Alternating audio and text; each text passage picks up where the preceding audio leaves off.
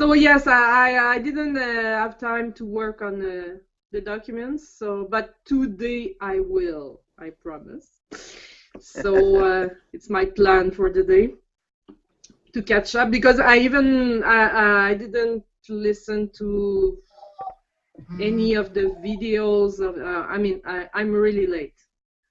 So It's okay. It's okay. You know something, I'm really excited about Edian joining us because he'll be able to help you a lot with this stuff, you know.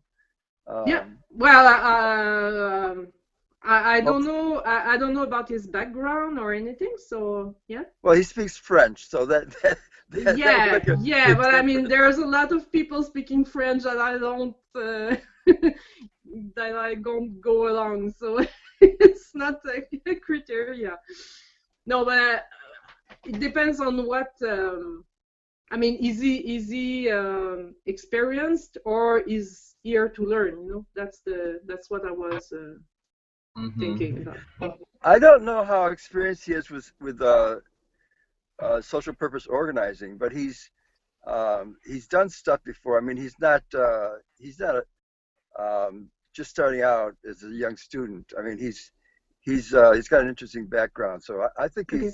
he'll be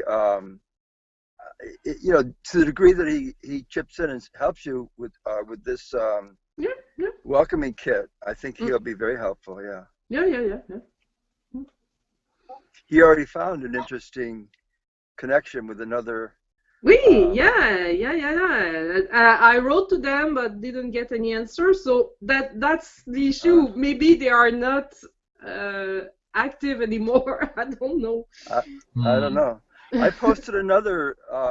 I don't know how related your work is to you know, the farms. Because I posted something on another farm too that's in Quebec. Yeah, well, our work is not, but I am linked with the farms. There's something, I don't know if you know, community supported agriculture. You know, when you receive baskets. Yeah. Okay. So I'm involved in that since almost 20 years at the beginning of this organization. So I know quite a lot of farmers and. But it's me. It's not really the network. But I mean, it's all connected anyway. Well, in that sense, you know, we also were involved and are involved, I guess, with CSA in Minas Gerais. What happened is we did one event in November last year, and this is our regular bi-monthly event that's called Chá com Saber. It means like tea with knowledge. So what we do is we invite people to discuss a topic and drink tea, you know. And we are doing this month about the refugees in Brazil, like asking, are our towns ready to, you know, welcome refugees and migrants? And at that time, we talked about sustainable communities. And one guy that came there, his name is Julio, he had one idea. He wanted to start a CSA in our state. And that was pretty much where he was at that time, you know. So he became a member. And then we had like two other members getting excited with the idea, getting together with him. Well, today they have like two farmers and they are serving like 80 people and expanding, you know. And they became and they became for some time as we call the independent program within Nossa Cidade. So, you know, they were using our fiscal number, you know, or IRS code charity or number. fundraising. Yeah. Yes, and we were helping them. Well, we were sharing our office and helping them connect with resources and things like this until the point that they outgrew us, you know, that they were really successful. So and I have a talk with some of them this coming week you know, about organizational issues. And but well, I'm getting off topic here. It's just to say that I really love this Yeah, type yeah. of initiative as well. Me too, me too. Well, at the beginning here in Quebec, there was 5 farms. It was what, maybe 22 years ago, and now it's Yeah. almost 100 farms that are Wow. participating to Wow. that. So it's quite a Wow. big network now. Yeah. Yeah. But this is not my vision for my gardening network, which is more to more a get together of individual gardeners. But not only but our idea is to because people are quite isolated and they garden on their own. So either they are experienced gardener like elders that are quite alone, or young people that don't have any skills. They try, they want to garden, but they don't have the skills. And I want all those people be put together. That's the goal. That's the vision. That's great. Because in our neighborhood, there's already collective gardens that are run by a community organization, and community gardens that are run by the city. So we already have that. So those gardeners are already in a group, like they already have collective activities, trainings, and sharing. They share tools and all that. But oh, Renato, we are losing you, I think. No, I No? see. Ah, okay. Yeah. No, okay, you're there. He's just not moving. Move your head, Renato, so we can see you. We got a live picture of you. Yeah. Do it. Yeah, so Well, that's the vision. The vision is to share knowledge, to share tools, to have trainings together, and like at the end to have a better neighborhood life, neighborhood connections. mhm. That's the vision. And upside that, yeah, the global issues of local what's that noise? Okay, of of local food and all that. So that's like up. There's many levels I can see of yeah, of vision. So this is the things I want to put down in the document, because I know, you know, I see the vision in my head, but it's not written yet. So this is what I have to do today.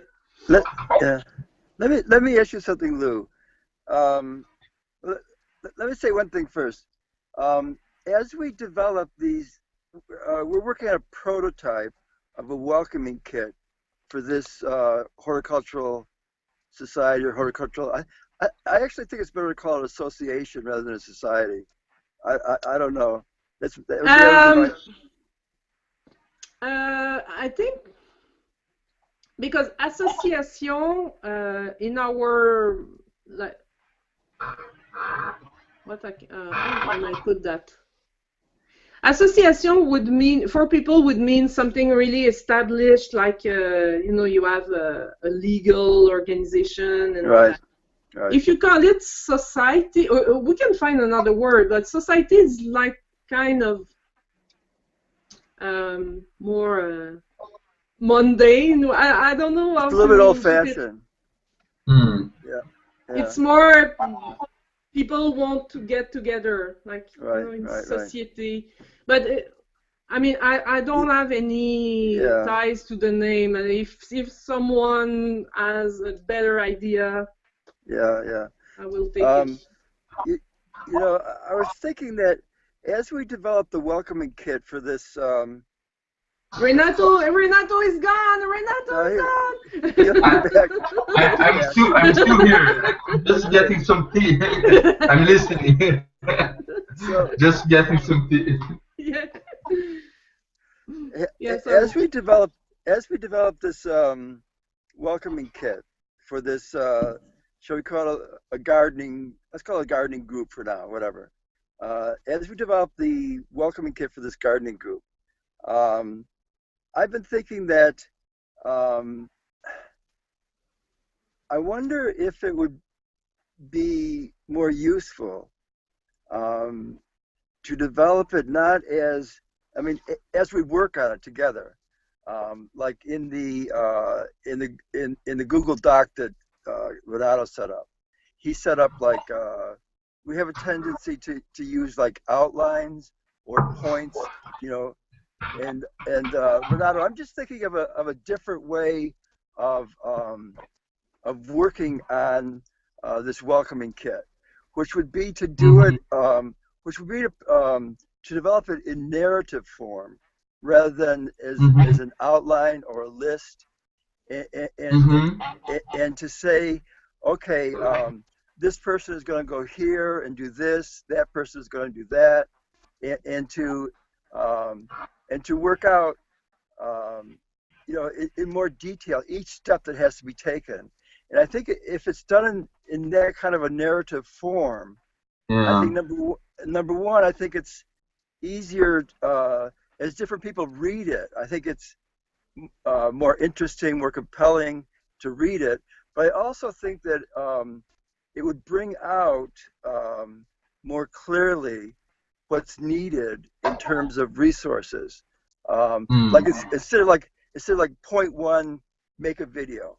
Okay, Yeah. that's is it's more. I think that I mean that may have to be close to what it would be on the first pass. But as we go through more iterations, it's kind of like such and such a person um, contacts such and such a person to get help with making a video.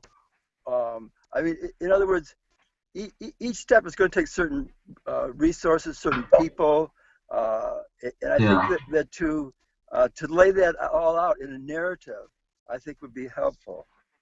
Mm-hmm. Yeah. I have to check the links about that. And what you Yeah, put, yeah, Alan. Yesterday you put yeah. something on Facebook. I have to check that about Yeah, it's the like, Yeah. narrative. oh yeah, yeah, yeah. Mm-hmm. Mm-hmm. Mm-hmm. Um, yeah, I didn't say much more than you Yeah. said now. Um, Mm-hmm. but and So, the other thing, go ahead, Renato. go, no, go ahead. Go. The another thing I was thinking is that we don't know how many people we're going to be able to get involved in this. Okay, um, I've been, I think, taking a wrong approach to the process of involving people in this project. My approach has been kind of like I don't want to ask somebody to do something for fear that that's going to drive them away. Oh yeah. And that may be the wrong attitude. I Mm-hmm. read something recently. I forgot what it was, but with you know what a skunk works is, where different people from different departments of a company might get together to work on a project together, and Yeah. and they have the ones that have more success are the ones that are able to assign specific tasks to people. I think that as we go along, um, we might have more luck if instead of like trying not to demand too much of people, we actually give them something to do. That may keep them more involved. Yeah. And Mm. last week, Renato, you were talking about how somebody had volunteered to post was it weekly um, things on your website. Somebody had Yeah. volunteered to do that. I think that Yeah. in a situation, I mean, it's kind of like too late now, but to a certain extent, we might be able to do this. But we can keep this in mind also as part of our second focus, which is to think about how to keep more people more involved over a longer period of time. Mm-hmm. I Mm-hmm. think I think when you have like we started out with a team of 10. Um, three of us have been active. There's two or three more people seem to want to become more active. But I think that if up front we had taken these 10 people, and let's say five of them were experienced, like us three, we three have been doing this for a while. Some of the people who came have never done this, and they came to learn, really. And my sense is that they don't know where to begin, and they don't know how to volunteer, and they don't know how to get involved. So I think it's up to a core of more experienced people to say, okay, well, we're going to be needing this, this, and this. Okay, so can you do this? Can you do this? Can you do this? That's one way of approaching this issue of people becoming disengaged. Well, that's what we do usually in our group of Villeray en Transition. We try to have very detailed tasks. You know, not something really vague that we keep it as the core committee. We can work on vague things and visions and try to put it in reality, but when we welcome new people, we try to have really specific tasks to do. That's great. That's great. But that's great. It works for a certain time. But it's my issue is to have people like the sustainability, to keep them, because if they do their task, but oh no, okay, I put it okay.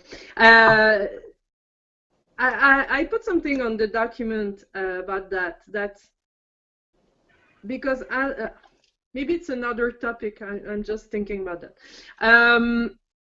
Alan put that people all want to help and contribute. That's not what I see. a lot of people come as customers. They want to get something. They don't want to give something. Customers of, you mean like food or information? Information, entertainment. I think, yeah. Actually, I think we should make accommodations for that. Like Lou, like the first tier is attenders. Yep. Not members, but attenders. Yep. That's the first tier. I think that's fine. I think that's fine. It's what I'm concerned about is people who might want to get involved but don't know how. Who would get involved if they had more direction. That's what I'm addressing. Yeah.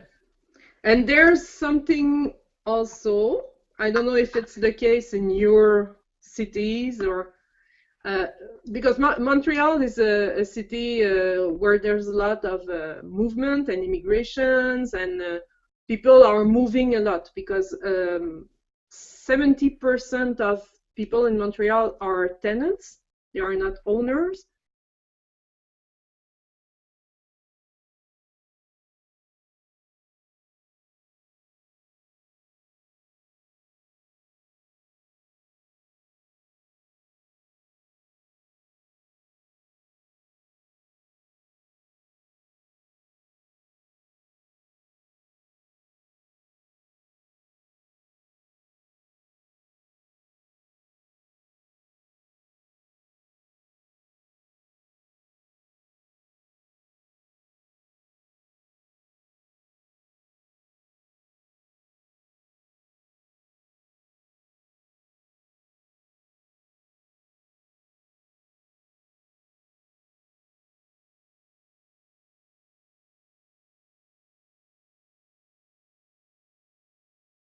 So people move a lot. Okay? So it's really hard to keep people involved because like 1 year or 2 years after they just change neighborhood and we lose them. So there's nothing we can do about that. You know, there's a part of there's some people that we won't keep. Right. For sure, we can't do anything about that. Right. Another group of people, and it's interesting because okay, just parenthesis. my job at the government is to help community organizations. Like I'm founder, but I also help them to develop and all that. And yesterday I was reading a report of one of the organizations, and it's totally another issue. It's a AIDS gay-related organization, so it's totally different. But they have the same issue, and one group of people that they see a lot, and that we see a lot in Villeray en Transition, is newcomers, immigrants that they come to volunteer just to integrate in the society, like to get to know more how to build a social network first, but also to know more about the city, about Quebec, about all that. So it's a challenge, because it's like if you focus on these people, you tend to accommodate their needs, which maybe not the same needs at the beginning, like the same goals that you had, but it's interesting too, because you do your it's part of the vision to integrate people and build social networks. So sorry if it's a bit confusing. No, that's all right. Maybe. So, and I can see that, and this is a link to the to the news and all that. Maybe we have a new government, a federal government, and one of their promises is to have 25,000 Syrian refugees coming in Canada by the end of this year. So in a month. So I would like to put something on my vision of the garden network, that it could also be a way to integrate newcomers, to put it as a goal also. So the idea being that you would welcome the refugees into the garden group. 25,000 refugees coming in a month. For sure, there will be a lot in Montreal. For sure. Yeah, yeah. And our neighborhood is already multi-ethnic, and we have a sector of the neighborhood which is called the Petit Maghreb, the little Maghreb. So there's a lot of Arabs too. Another part of my neighborhood was the Syrian neighborhood, but Christian Syrian neighborhood, long time ago. So I can imagine that we will have refugees coming soon in our neighborhood. But it's just a new thought that I had yesterday, that okay, I want to put it also in the goals, not at the core goal, but something. Yeah. Is there someone coming? No? Okay. I don't think so. No, there was a ring, like a bell ringing. It was from my phone is right here. Oh, okay, it's your phone. So I'm just telling you all my thoughts that I will put on paper and will be clearer. Lou, I wonder if there's a way to identify a subpopulation of those refugees that were farmers. Oh yeah. For sure. I mean, yeah, for sure. Is there space? Is there space in Villeray for more gardens? For individual gardens, for sure. For big gardens, not really. We're not downtown, but not far from downtown. So we're kind of because there are.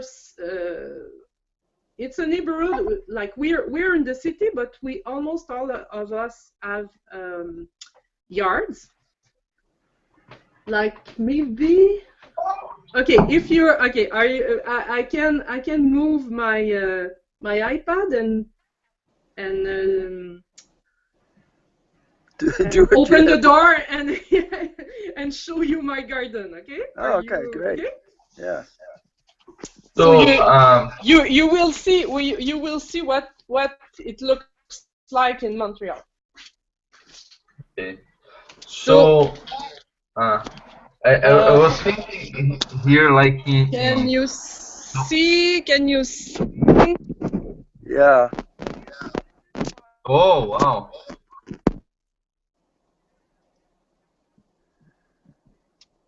Neighborhood, my neighbor, they all have yards and gardens.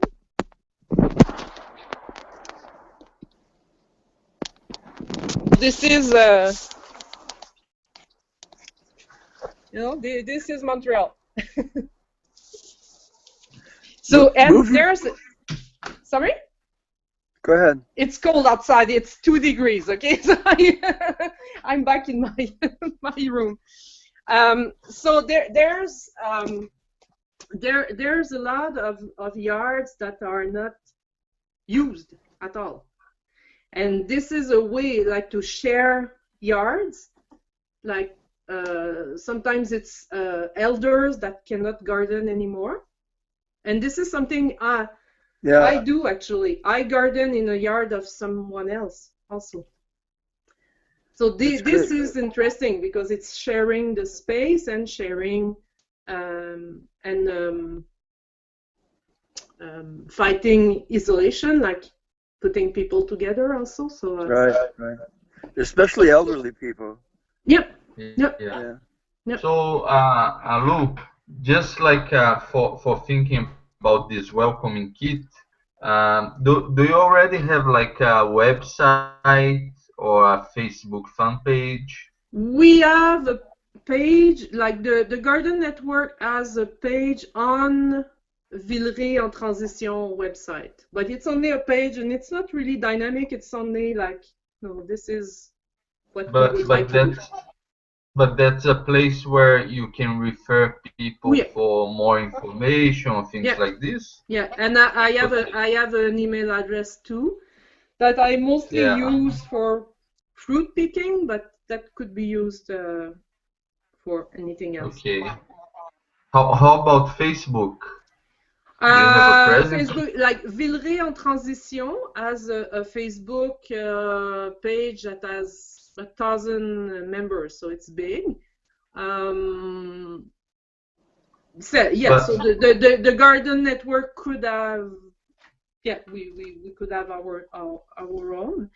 I just have how can I put that?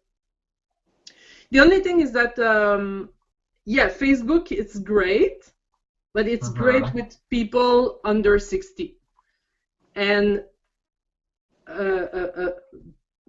many gardeners that we would like to involve are elders that don't use internet. So we have to balance that, like social networks, internet, and find other ways to have people that are not on the net to get them. So do you think email is also limited use? Yeah, and my other obstacle is that, like, many older gardeners in my neighborhood are Italians, and not a lot of them speak French, either English at all. That's an obstacle, but it's kind of okay.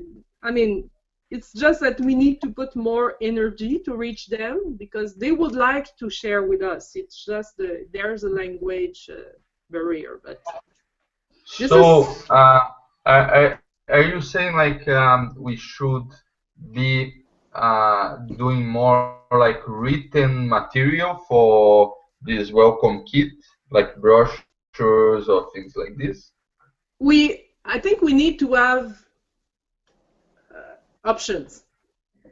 Okay. I don't want to focus on one way because it's like if you know a bit about publicity, you know, that's you have to target a certain public. And Yes. in my case, in our case, we want to target two different publics, like younger people that want to garden to learn, and older that know already but are not connected. So it's but there are solutions. It's just those solutions need a lot of time, and it's yeah. I think there's like two issues here. One is communication issues around the welcoming kit, yeah, and then communication issues around the ongoing business of the garden.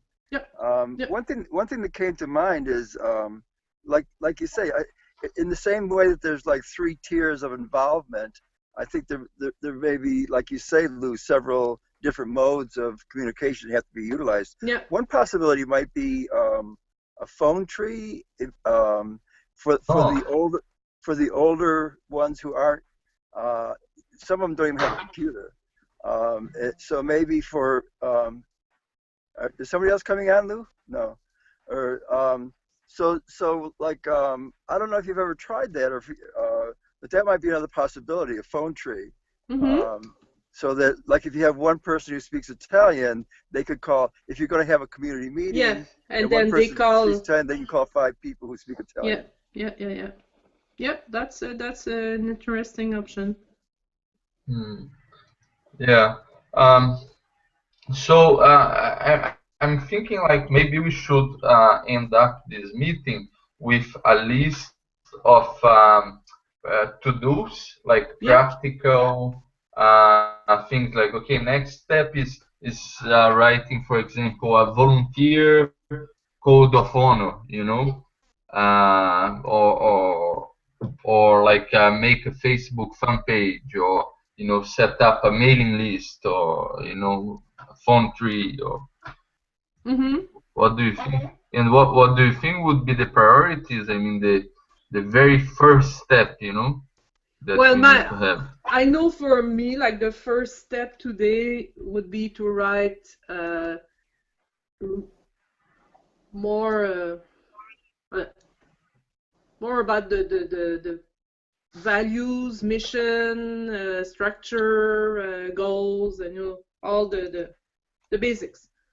This is something I want to do today. Right. I think that has to be a place really before we can do the market or the welcoming kit, I think, because a lot of the welcoming kit will be describing that, so that has to be established up front. Do you have to run this by your other 2 people before you can finalize it? Or for real, yes. As an exercise, we can go as we want, but in the reality, for sure, I have to talk about that with my all the core committee and all that. But so it's a good thing that I come to them with already structured documents. It would be so easier. Actually, maybe that's how we should reconceptualize this. I had been thinking that we want to do a generic welcoming kit, okay, and then we want to do a specific welcoming kit for the gardening group, okay. And I had been in my head, I had been thinking you would actually start doing that with the group, but I think that's going to take too long. So I think that we can just do this as an exercise. And it'll be like it'll be an example. It's an example. Right. Yeah. This is the way I see it, actually. Okay. Because our vision, like in Villeray en Transition, was to launch this garden network in maybe March, or, you know, launching talking about gardening in December is not really like, no, there was snow this morning in Montreal, so, you know, we forget about gardening. But in March, usually in March is time like people, oh, okay, yeah, spring is coming, and they are more interested in gardening issues than now. But my idea was to have everything prepared, and then in spring be able to launch everything. So yeah, I agree that we now we can build a generic kit, and yeah, and one of the organizations that I'm supporting in my work, they do a lot of that, of generic work contract, generic ethic codes, or for their members. It's a coalition, and they do that for their members. So I think it would be interesting to our group here to have a generic kit. Yeah. And I can from that, because if like the generic would be okay, for me the easiest, like the generic, okay, we can build it in English, but my example, it will be more useful for me to build the example in French. Yeah, I agree. I think hopefully you can work with Edian. Yeah. How does this sound? Here's a suggestion. Maybe you and Edian can work over the course of the coming week. I'm putting together and do it in French. Do it in French. But Yeah. both the kind of like guidelines for the gardening group, and then like a first pass at what a welcoming kit would look like. Maybe you and Edian could do that during this coming week, and maybe Renato and I can work on at the more generic level for something that would be like the generic would be okay. For me, the easiest, like the generic, okay, we can build it in English, but my example, it will be more useful for me to build the example in French. Yeah, I agree. I think hopefully you can work with Edian. Yeah. How does this sound? Here's a suggestion. Maybe you and Edian can work over the course of the coming week. I'm putting together and do it in French. Do it in French. But both the kind of like guidelines for the gardening group, and then like a first pass at what a welcoming kit would look like. Maybe you and Edian could do that during this coming week, and maybe Renato and I can work on at the more generic level for something that would be more applicable for what he's doing down in Brazil. Yeah. How does that sound? Good. Yeah, that's great. Yeah, I like that idea. Okay. Oh.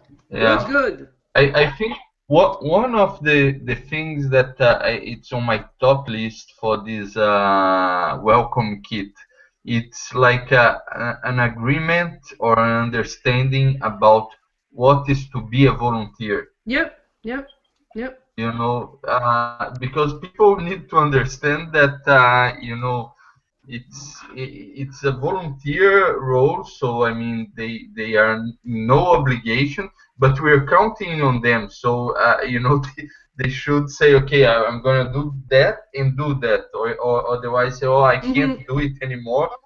But sometimes what happens is that people just say they will and they don't, and then it's really hard to navigate this.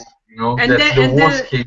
Yeah, and then they feel guilty, and they don't come back anymore because they feel guilty. Right. Yeah. So you know that I think there should be like one of the first things to have this talk is, well, look, we are trying here as a volunteer goodwill. The most important thing is that we work on our communication in a very honest and sincere way. If you can't do something, it's okay. Just tell us as fast as possible, so that we can make arrangements. And just tell us, because I had to run volunteers 10 years ago, and Yeah. it's always what I was telling that, like, just tell me if you can't. It's okay, but just tell me that we're Yeah. not waiting for you and waiting and waiting, Right, and right. we don't know what's happening with you, and so just Another, tell us. yeah. Another approach that Renato and I talked about last week was to do things in pairs. That's kind of what we've done now. So not only does that help when, like, one person for whatever reason can't continue working on a task, the other person can pick up the slack. Yeah, But I yeah. think besides that, I think you get more energized when you're working with somebody else, and it's more. I think it moves you along better when you're working in teams. Yeah. Yeah, it's true. We've been trying to make up teams to, get together and start working together. This process has been difficult as well, right? Now, the thing about working There's, in there's pairs, been what? we haven't tried this yet. It might be a good idea. That's, In pairs, yeah. yeah, Yeah. yeah. Oh, okay, yeah. Okay. No, Alan, we just lost you, and then you came back. Oh, I went to get more tea. No, not you, Alan. At this time, it was Alan. Oh, Alan. Yeah, but Okay, he's back. He's back. I'm here. great. No, like, we are losing your video. Ah, Oh, no. Alan's. Yeah. Okay. Yeah. You're It's there and it's you're not, and you're there and you're not. yeah, it's cutting out. Maybe Yeah, we yeah, can yeah. wrap up Yep. if we're losing the connection. Yep. Um, Well, I think and we know what we have to do. one more thing, Lou. Um, Next week when we come back, now I don't see you, but you can see me, right? Yep. Next week when we come back, why don't you? I mean, I really hope Edian works with you this week, but even if he doesn't, when you come back next week, besides having this outline of what the gardening group will look like, what the marketing group will look like, at least a general idea. See if you can think of things that you want things you want the others of us to do. Assign us tasks to do if you can think of something. Um, you can either make it specifically for Renato and I, or you can say this is what we need from the team. Yeah, yeah. Yeah. Okay. I'm writing that.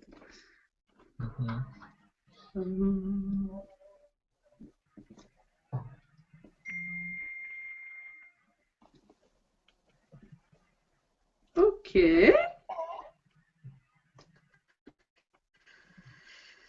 This is it?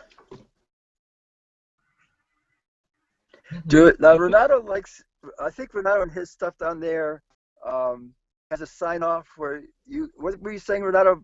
Everybody says what the experience was like for them, something like that? What's the exercise you use to conclude a meeting down there? I didn't get you. What is the exercise that you use to conclude a meeting? Oh, okay. Well, I think it's like a checkout. It's just telling how you're getting out of the meeting, how you're feeling, or what are your thoughts. Yeah. We do the same in women's group. Yeah. Well, just before we do that, I just want to ask you, Lou, that book you're reading, is it good? Do you recommend it? It's good, but it's really Buddhist. So if you don't have the basics in Buddhism, you will get lost.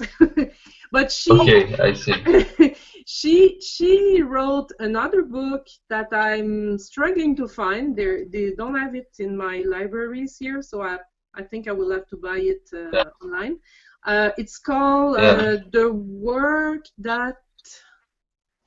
Work. I will send you the reference because it's supposed to be the like the foundation book of eco psychology. Eco psychology. Yep. Yeah. We're talking about Joanna Macy now. Exactly. Yeah. There's I looked on YouTube. She's got a bunch of videos. Yep. Yeah. But it's difficult to sort out the stuff that's helpful and the stuff that's kind of very detailed and esoteric.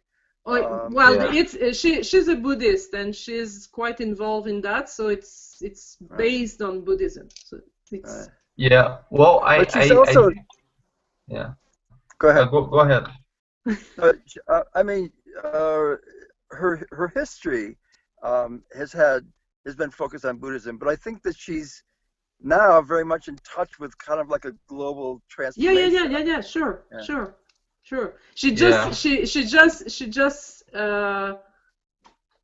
like her theoretical base is on Buddhism, but she like not expand it, but like the concretization of that is on her ecology activism. That's the way I see it. So it really touched me. I didn't know about her before.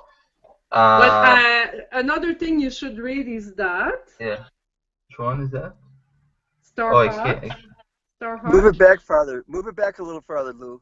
Okay. Move it back a little farther. There we go. Starhawk. Earth Path by Starhawk. Yeah, I took my permaculture training with her, but I have to warn you, she's a witch. She's a pagan. Okay. Yeah. Earth Path. Okay. You caught that. You know. A Wiccan. Yeah. Yeah. Yeah, but it's a specific branch of Wicca that is called reclaiming. So it's eco-feminist anarchist witch. So that's kind of my bunch of people. I see. Well, it really touched me the what I read about her, because one, it has a lot of elements that it's also in Dragon Dreaming. I think Dragon Dreaming got all this thing about the great turning and about deep ecology and things like this. And also because I don't know if you're aware, but we had a massive ecological environmental disaster in Brazil. Yeah, the flood of chemical. Like waste from mining. That was in my state, in like 1 hour from my home. Oh yeah, and, really? And that's in the town that my father was born. Ooh. You know.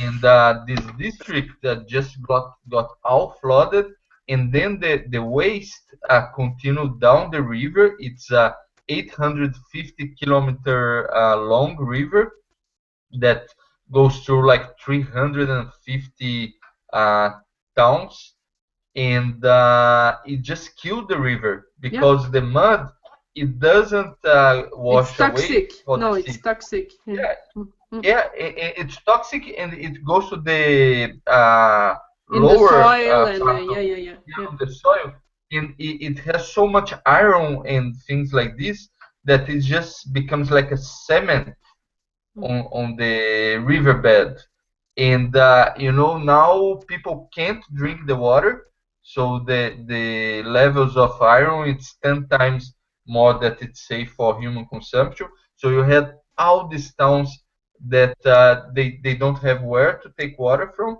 All the fish are dead, and they're saying that this river will be dead. I mean, it won't recover for maybe 10-20 years.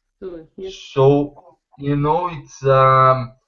it's really something that people are kind of speechless, right? They're very angry with this company. They're very angry with the government, Yeah. You know that it's all the same in the end, and there is this sense of well, powerlessness. You know, just like it's like two big elephants that you know, the grass is the one that is suffering. Yeah. So, Well, so it's a bit like what happened here 2 years ago about the train with oil in Lac Mégantic. It's a small village in Quebec where a train exploded. A train full of oil exploded in the center of wow, the small town 2 years ago. And yeah, it's still there's damages, and it's You the know, soil is toxic now, and that they have in a suburb of Buffalo, they have yeah, something called Love Canal, no, and yeah, it, yeah, yeah, it's yeah, yeah, it's and that happened um, at a time where whoop. the Alan, we're losing ecology you. movement, the environmental movement Yeah, was yeah, getting yeah, going. yeah, yeah, yeah, yeah. That happened in the United States. We had the Superfund, and we put billions and billions of dollars into cleaning up these toxic mess. Mm, Now, the governments are broke. People don't want to pay taxes, and oh, I think that we're the ones who have to do this now. mm. Governments aren't going to do it. Businesses are causing it. I think it's civil yeah. society that has to really step in and address these kinds of issues that nobody else seems to be able to do anymore. Yeah, and especially address that you know it not to happen because it's like this company it's one of the ones that have funded most the politicians. So all the Right. campaigns Of course. they are funding all the sides, you know, everybody got money from it. Then Mm. when that happened, the governor makes the pronouncement from the company's headquarters, and and everybody's saying, okay, the people that live in this town cannot come back to get their things because it's Oof, all off limits.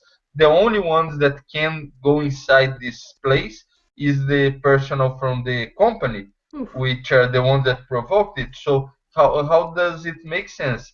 And then people are like you know, with this sense of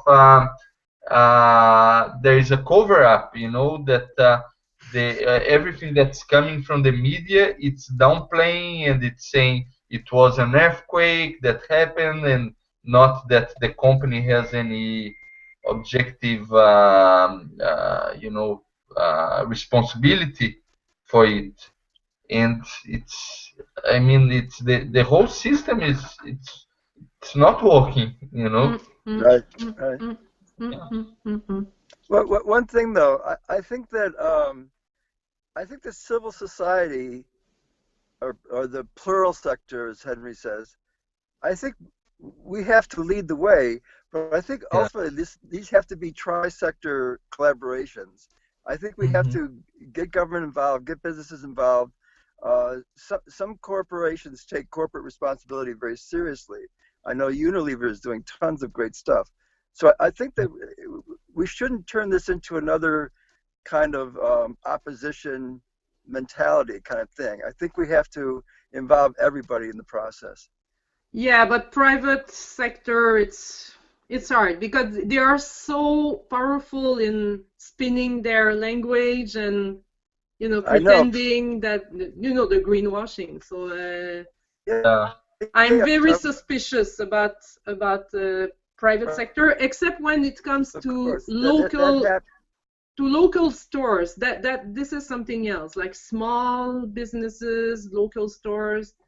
So that for me that's fine. But when it comes to big companies, I think, Lou, I think that's too cynical. I think it's absolutely true. I because think it's absolutely I saw so many, like, they use us. They just use us. no, no. It's absolutely true. It's absolutely Ooh, in the we're United losing you, Alan. We're losing you. anymore. In the United States, we're not a democracy anymore. We're a corporatocracy. I mean, it's true. I agree with you entirely. What I'm trying to say is that going forward, I think that there's already significant changes among a lot, like for example, Unilever, and I think it's serious. I think it's genuine, and I think that we have to welcome that. And when we start working on certain kinds of projects, I think we have. I think that we not only can but should bring in people from different sectors to include their expertise in the process. I agree with you entirely that in the past it's been a serious problem. I think going forward, we should work with those who have made this transition and are genuine about wanting to make a better world. Yeah, I'm still suspicious. Okay. Okay. Yeah. Okay, Well, so sorry guys, but I have a lot of things to do today. so It's okay. So I'm very happy. I think this went very well. I'm very happy. I'm very pleased. I'm so glad to be working with you too. Yep. Yep. okay. We're more I'm clear about what we have to do and what. Yeah. That's good. yeah. Well, me too. I'm quite happy. I think it was a very enjoyable conversation. I'm happy I will go to a Korean spa now, you know.